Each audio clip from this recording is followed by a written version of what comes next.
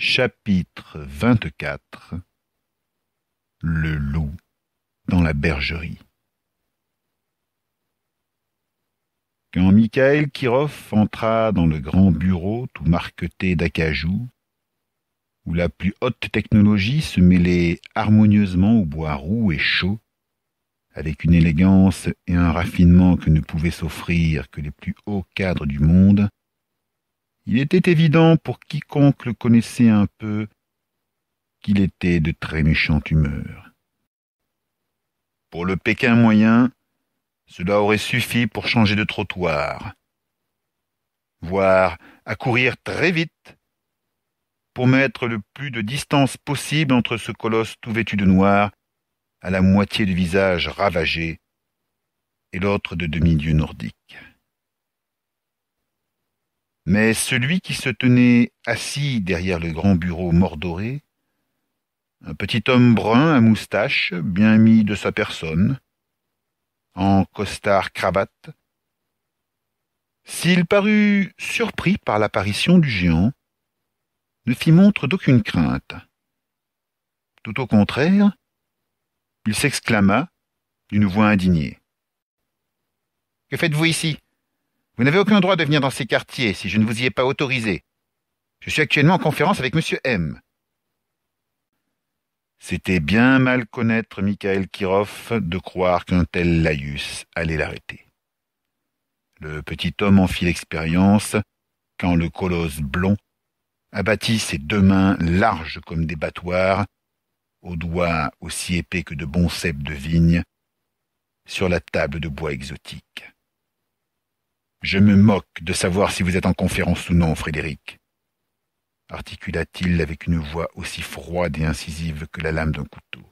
« Je veux une réponse à une seule question. Avez-vous, oui ou non, envoyé une bombe sismique dans le tunnel qui nous relie à Tellucidar ? Je ne vois pas en quoi cela vous regarde. Ce n'est pas vous qui commandez ici. » Il s'était levé pour faire face à Mikhaël et c'est peut-être à cet instant précis qu'il prit la mesure de ce qui les séparait tous les deux. Presque 1 mètre de hauteur, une largeur d'épaule et une sauvagerie de bête fauve, celle qui bouillonnait, mal contenue, derrière les yeux de Mikhaël, comme le brasier d'un volcan sous la glace antarctique. Pour tout ce qui concerne les questions de sécurité de cette base et ce qui se passe en Tellucidar, c'est de moi que ça relève. Il y avait dans la voix de Mikhaël une note dangereuse. « Sous mon autorité !» affirma le petit homme comme un roquet aurait aboyé à la gueule d'un molosse. « Je suis votre supérieur, et vous mon employé. Je peux vous révoquer à tout moment si je le souhaite, à l'instant même, si tel est mon plaisir. » Il brandissait le poing et un doigt dérisoire devant le visage minéral de Mikhaël, et à l'expression du géant, on ne se serait pas étonné de le voir mordre ce doigt et le trancher au ras de la main. Il se contenta de répondre d'une voix mesurée et d'autant plus terrifiante. « Ce serait bien la chose la plus stupide que vous auriez jamais faite, Frédéric. »« Et pourquoi donc, je vous prie ?» s'indigna le petit cadre, la moustache frémissante, qui semblait soudain réaliser à quel genre d'homme il s'adressait. « Par votre négligence et en me mettant des bâtons dans les roues depuis toutes ces années, vous avez permis à cette petite peste à Tawakan de parvenir à la surface et de contacter Patrick. Pire encore, de le ramener. Vos solutions aux problèmes que nous pose Tellucidar ne sont pas acceptables. La Telcorp est une multinationale. Son but est d'engranger des bénéfices, c'est vrai. Mais nous ne sommes pas des bourreaux pour autant. On ne peut pas user de méthodes dignes des nazis. » Mikhaël balaya l'argument d'un grand geste de son bras, large comme un tronc d'arbre. « Encore ce mot à la con !» Il se pencha pour ajouter alors que l'autre, devant son expression terrible, se ratatinait. « Je n'ai rien à foutre de savoir de qui sont dignes mes méthodes. Vous avez un minerai à extraire, j'ai des putains de sauvages et des dinosaures soi-disant intelligents qui prétendent m'en empêcher au nom de je ne sais quelle croyance débile et qui s'en prennent à mes hommes quand ils assurent la sécurité de vos équipes d'extraction. Nous ne pouvons pas, commença l'autre en jetant des coups d'œil nerveux vers le visage holographique. Ce visage en lame de couteau, tout en creux et en angle, au regard plus froid encore, plus calculateur que celui de Mikhaël Kirov, qui assistait à l'échange sans intervenir, son attention passant de l'un à l'autre comme un arbitre comptant les balles dans un match de tennis. « Nous avons une stratégie qui limite les... des foutaises !» s'emporta une nouvelle fois Mikhaël en se redressant pour faire des 100 pas dans la pièce comme un tigre en cage. « Profiter du chaos pour mettre un guignol en place et le téléguider, c'est bien gentil. Mais ça ne marche pas. Ces métèques, ces bâtards d'Indiens, de Grecs, de Chinois, qu'est-ce que j'en sais encore? Nous tuent des hommes chaque fois que nos équipes sortent de la ville pour moissonner le tellurium. Même à Panchir, ils se font piéger dans des rades minables ou des bordels quand ils descendent en virée. Ils ne sont en sécurité nulle part, nos pertes sont trop importantes. » Il revint vers le bureau et, une fois encore, fixant Frédéric Père dans les yeux, posa ses deux mains formidables à plat sur le bois pour affirmer. « Alors maintenant, les demi-mesures, ras-le-bol. On va passer à la vitesse supérieure et on va jouer à ma manière. Je ne vous permets pas, c'est moi qui donne les ordres, et vous obéissez, et je vous dis... » Une fois encore, il avait lancé un regard vers l'hologramme et le visage émacié dont les yeux, brillants d'une intelligence aiguë et calculatrice, semblaient les étudier comme un entomologiste l'aurait fait de deux insectes turbulents avec un intérêt glacé. « Vous n'avez rien à me permettre, Frédéric, je prends les commandes ici. » Comme l'autre ouvrait la bouche pour protester, Mikhaël le coupa d'une voix à peine plus forte, mais qui laissait sous-entendre toutes les horribles choses qui pourraient arriver si on l'interrompait. « Vous avez laissé le loup entrer dans la bergerie, et maintenant il va falloir lui opposer quelqu'un qui fasse le poids. »« Patrick Pesteil ?» cracha l'autre méprisant. « C'est de lui que vous voulez parler? Mais ce n'est que... » Une fois encore, Mikhaël le coupa. « Vous ne savez pas qui est Patrick. Moi, si. » « Et qui est-il, je vous prie ?» se moqua l'autre dont le regard se faisait pourtant fuyant. « Le pire de tous les salopards que vous rencontrerez jamais. Vous voulez une révolution? Vous voulez faire sauter un chef d'État? Éliminer tout un gouvernement en quelques minutes? Prendre une place forte réputée inexpugnable? Faire sauter l'objectif, le mieux gardé au monde? Dès qu'il s'agit de flinguer et de détruire, vous pouvez vous adresser à Patrick, il est né pour ça. » Mikhaël se pencha un peu plus au-dessus du bureau, son visage balafré soudain plus terrifiant encore, pour achever d'une voix basse, presque un murmure. « Vous croyez que c'était pénible, là en bas? Je vous l'assure, ce n'était rien par rapport au bordel que va vous semer Patrick, si vous ne me donnez pas les moyens de l'arrêter. J'avais voici quelque temps, quand Franck Pesteil a commencé à faire des siennes, suggérer qu'on fasse arrêter son frère pour un motif ou un autre. On l'aurait coffré pour un chef d'inculpation quelconque, et en graissant les bonnes pattes, nous étions débarrassés de lui pour longtemps. Mais vous vous y êtes opposé. » Pour la première fois depuis le début de l'entretien, le regard de Mikhaël se fit fuyant. « J'avais mes raisons, grogna-t-il. « Vos raisons? Ah, en voilà une bonne nouvelle. » Le roquet, sentant une faille, se redressait, lissait sa moustache, revenait à l'assaut en ne manquant pas de se tourner pour prendre l'hologramme à témoin. « Monsieur a ses raisons. Et maintenant il vient me réclamer, dans mon bureau, carte blanche pour les opérations antélucidaires. Non mais vous entendez ça, monsieur ?»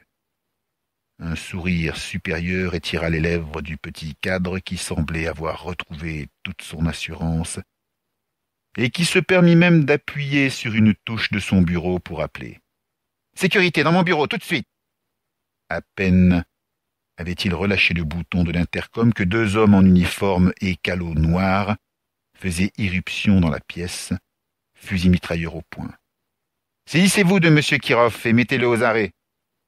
Qu'il réfléchisse un moment au sens du mot « hiérarchie ». Mais aucun des deux hommes ne fit mine de bouger. Statufiés de l'autre côté du bureau, leur regard froid, inaccessible, comme celui d'un robot, braqué droit devant eux. Frédéric Père, comprenant que quelque chose n'allait pas, répéta plus fort. « Vous êtes sourd? Saisissez-vous de cet homme. D'un doigt tremblant, il désignait Michael qui, immobile, le dominait de toute sa taille et le toisait d'un regard de chat repu. Il attendit que l'évidence s'impose au petit homme à tête de fouine pour faire le tour du bureau, l'écrasant de sa masse de muscles et de nerfs, y expliquer. Vous avez compris maintenant? Désignant les deux Malabars qui, comparativement à lui, paraissaient presque rachitiques, il acheva. Ces hommes sont les miens. Ils me connaissent, me font confiance et me sont fidèles. Si je leur ordonne de tuer, ils tuent. Si je leur ordonne de mourir, ils meurent, sans hésiter. Comme la terreur commençait à se répandre sur le visage du petit homme qu'il couvrait de son ombre, il demanda d'une voix au calme trompeur, inquiétant. « Et maintenant, Frédéric, vous allez répondre à ma question. » « Quelle question ?» miaula l'autre qu'on devinait prêt à prendre ses jambes à son cou, mais incapable de le faire, comme la souris fascinée par le regard d'un serpent. « Avez-vous ordonné le tir d'une charge sismique, sachant que mon fils était dans cette navette ?»« Je devais protéger nos intérêts avant tout, et empêcher... » Michael eut un mouvement, trop rapide pour être arrêté. Sa grande main vola jusqu'à la nuque du petit homme en costard. Les énormes doigts noueux serrèrent brièvement. Il y eut un petit crac assourdi. Une expression de panique passa sur les traits de Frédéric Père. Ses yeux exorbités se tournèrent en direction de Michael, plein d'horreur et de détresse. Sa bouche s'ouvrit et se ferma plusieurs fois comme celui d'un poisson hors de l'eau. Michael desserra sa prise. La tête pencha bizarrement. Un souffle gargouillant monta de la poitrine du petit homme qui s'effondra sur le bureau. Son corps fut secoué d'un ou deux spasmes. Ses yeux hantés d'une expression de terreur indicible papillonnèrent. Avant de se faire vitreux, sa bouche s'ouvrit pour laisser couler un long filet de bave, puis plus rien. Alors seulement le visage holographique qui avait suivi aux premières loges l'agonie de son subordonné s'anima.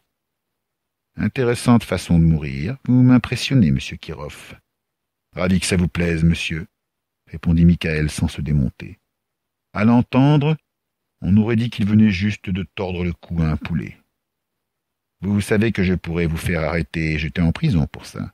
Vous venez de tuer un de mes cadres supérieurs. » Monsieur M semblait plus ennuyé par le fait de devoir remplacer son subordonné que par sa mort brutale. « Je sais, monsieur, mais vous ne le ferez pas. »« Et pourquoi donc, je vous prie ?» s'enquit le visage émacié, presque cadavérique. « Parce que vous savez que j'ai dit la vérité, et que je suis la personne la plus indiquée pour résoudre votre problème. » À savoir Patrick Pesteil, son frère, et la petite princesse de Panchir. Ce que je veux, monsieur Kirov, ce que veulent mes actionnaires, c'est du tellurium. L'humanité réclame une énergie non polluante et suffisante pour combler ses besoins en nouvelles technologies. Nous allons lui fournir l'un et l'autre. Et continuer de vous enrichir fabuleusement. Nous sommes une entreprise à but lucratif, monsieur Kirov, pas un mont-de-piété. Et vous aurez votre tellurium, monsieur. Je me fais fort de vous l'obtenir, mais à une seule condition. Le visage holographique haussa un sourcil, les yeux froids, plus froids encore que ceux de Michael, et bien plus calculateurs, s'étrécirent. Quelle condition? Je veux carte blanche pour les opérations antélucidar. Laissez-moi mener cette guerre à ma manière. Mais pour ça, j'ai besoin d'avoir accès à toutes les nouvelles technologies de la Telcorp. J'ai bien dit toutes, sans exception. Michael se tut et attendit, fixant le visage spectral et ses orbites sombres et profondes, où scintillaient deux perles noires comme des yeux de requin. Je vous donne mandat pour régler les problèmes antélucidar, mais je vous avertis. Si les choses viennent à s'ébruiter, s'il y a des fuites, je ne vous couvrirai pas. Vous serez seul responsable de tout ce que vous avez fait, et je nierai en avoir eu connaissance. Nous sommes-nous bien compris? Un sourire de fauve étira les lèvres de Michael. Très bien, monsieur. Et en ce qui concerne les armes, les exosquelettes de combat, les drones, les robots, l'arsenal bactériologique et chimique. Les yeux sur l'écran se tournèrent vers lui et scintillèrent un instant d'un bref intérêt, comme s'ils avaient flairé une faiblesse.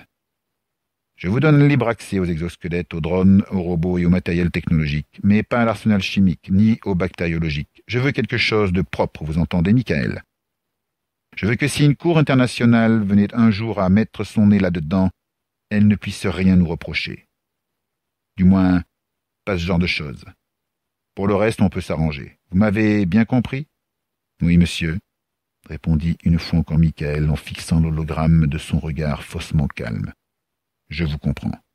Bien, approuva monsieur M.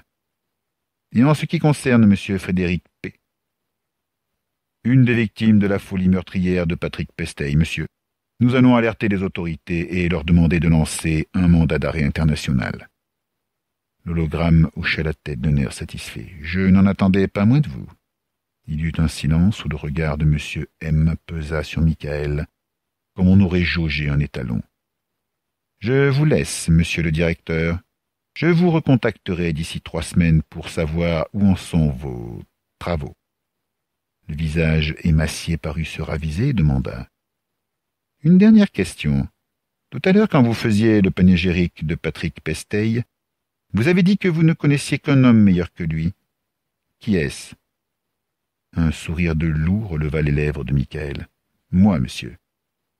Monsieur M hocha lentement la tête comme s'il acquiesçait à une profonde vérité. Bien sûr.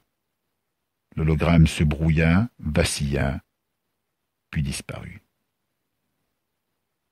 Dans le grand bureau ne demeurait plus que Michael, les 2 gorilles et le cadavre de l'ancien directeur. Le colosse s'assit à la place qu'avait occupée, quelques instants plus tôt, celui qui gisait à côté de lui, et ordonna à ses hommes. « Ramassez-moi ça, amenez-le à la morgue et prévenez les autorités que notre regretté directeur, M. Frédéric Père, a été tué par Patrick Pestey et les terroristes qui ont volé la foreuse. » Alors que les 2 hommes, sans mot dire, s'approchaient du bureau, soulevaient la dépouille et l'emportaient, il ajouta « Oh, et n'oubliez pas de lui nettoyer le cou comme il faut. Je ne voudrais pas qu'on trouve certaines traces et qu'on puisse penser que je suis pour quelque chose dans cette sordide histoire. » Un des 2 miliciens, le plus gradé, hocha brièvement la tête avant de quitter le bureau, traînant entre eux le corps de l'infortuné directeur. Demeuré seul, Mikhail Kirov effleura l'écran tactile, navigua dans les différents menus pour enfin afficher une fiche technique, celle d'un inquiétant appareillage à l'apparence vaguement humanoïde, doté d'un casque massif, de bras articulés nantis de pinces et de canons rotatifs. Vinrent bientôt le rejoindre d'autres silhouettes mécaniques tout aussi sinistres, l'une semblable à une araignée cybernétique, surmontée de tubes à l'allure menaçante, une seconde croisement incertain d'une libellule d'un hélicoptère, et d'autres encore. Un sourire étira les lèvres de Michael, et derrière ses yeux glacés, dans lesquels se reflétaient les funestes machines qui tournoyaient sur l'écran, couvait un feu terrible.